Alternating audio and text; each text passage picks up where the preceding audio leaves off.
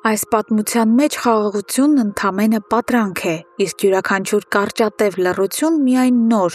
ավելի ավերիչ փոթորկի նախանշան է։ Այսօրվա սերիան հագեցած էր բախումներով, հուսախաբություններով և հարազատ մարդկանց միջև անդառնալի խզումներով։ Թվում էր, թե Իննայի տառապած սիրտը վերջապես պետք է հանգստություն գտներ, չէ՞ որ Հունանն ազատվել էր կալանքից ու վերադարձել տուն։ Իննայի ուրախությանը սահման չկար, նա կարծում էր, թե իրենց ընտանիքը կրկին ամբողջական է և ապահով, սակայն նրանց տանը անդորրն այդպես էլ չի հաստատվում։ Լարվածությունը հասնում է պայթյունավտանգ կետի, երբ նրանց տրանշեմին հայտնվում է կատաղած Դավիթը։ Նա ագրեսիվ և վճռական պահանջում է անհապաղ տեսնել Գրիշոյին, իր քրոջ համար պատասխան պահանջելու նպատակով։ Բայց Հունանին հենց դա էր պետք։ Նա միայն առիթ էր ման գալիս իր ուժը ցուցադրելու համար։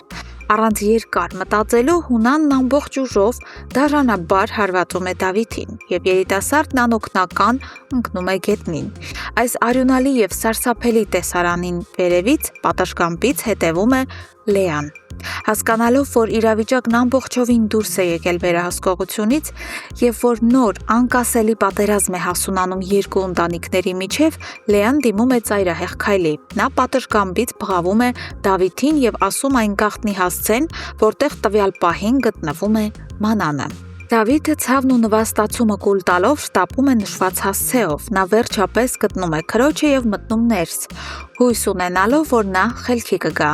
Սակայն մանանը կտրականապես, համառորեն և աներեսաբար հրաժարվում է վերադառնալ հայրական տուն։ Դավիթի համբերության բաժակը լցվում է։ Նա կանգնում է քրոջ դիմաց և տալիս իր վերջնական, անբեկանելի պայմանը։ Եթե հիմա այս վայրկյանին չգաս ինձ հետ, ապա ընդմիշտ մոռացիր մեր տան հասցեն և մեր գոյությունը։ Նույնիսկ այս դաժան վերջնագրից հետո մանանը չի ընկրկում, նա կուրացած է։ Նա ապրում է այն մեծ, բայց միամիտ հույսով, որ Գրիշոն որպես իսկական տղամարդ կգա և հպարտորեն կտանի իրեն իր տուն։ Բայց Գրիշոն բոլորովին այլ ծրագրեր ունի։ Նա ոչ միայն հոգեբանորեն պատրաստ չէ նման լուրջ ու արմատական քայլի, այլև կանգնած է հոր՝ Հունանի դաժան արգելքի առաջ։ Հունանը վերջնականապես և խստագույնս արգելել է և նրան, և Լեային որևէ կապ պահպանել Սարգսյանների ընտանիքի հետ։ Գրիշոն հայտնվել է երկու կրակի արանքում։ Նա չի ցանկանում հրաժարվել մանանի հանդեպ իր արթնացած զգացմունքներից, բայց և չի համարձակվում կտրուկ քայլեր անել ու դեմ գնալ հորը։ Այսպիսով, մանանի ճակատագիրն ու ապագան մնում են անորոշ, օդում կախված։ Մինչ երիտասարդները խճճված են իրենց սխալների մեջ, հիվանդանոցում տեղի է ունենում մարդկային ստորության հերթական դրսևորումը։ Ավոն, չունենալով ոչ մի սրբություն, իր ոտքով գալիս է նոր վիրահատված հոր՝ Դավիթ պապիկի հիվանդասենյակ։ Նա գալիս է ոչ թե ներողություն խնդրելու, այլ ծերունուն ահաբեկելու և ծաղրելու նպատակով։ Ցինիկ ժպիտով նա հարցնում է հորը. «Դե ասա, ինչպես ես այսքան տարի դիմացել առանց ինձ, կարոտե՞լ էիր»։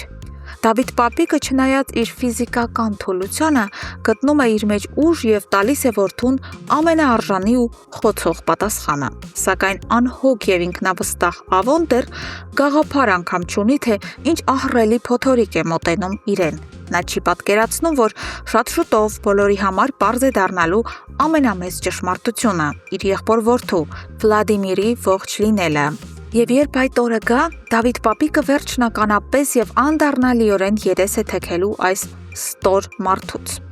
Սիրելի հեռուստադիտողներ, ինչպես եք կարծում, երբ ի վերջո կբացահայտվի Վլադիմիրի ով լինելը, և արդյոք մանանը կհասկանա, որ Գրիշոն երբեք իրեն տուն չի տանի, թե կշարունակի ապրել խաբկանքների մեջ։ Անպայման կիսվեք ձեր կարծիքներով և սպասումներով մեկնաբանություններում։ Մեզ շատ հետաքրքիր է իմանալ ձեր տեսակետը։ Շնորհակալություն դիտելու համար։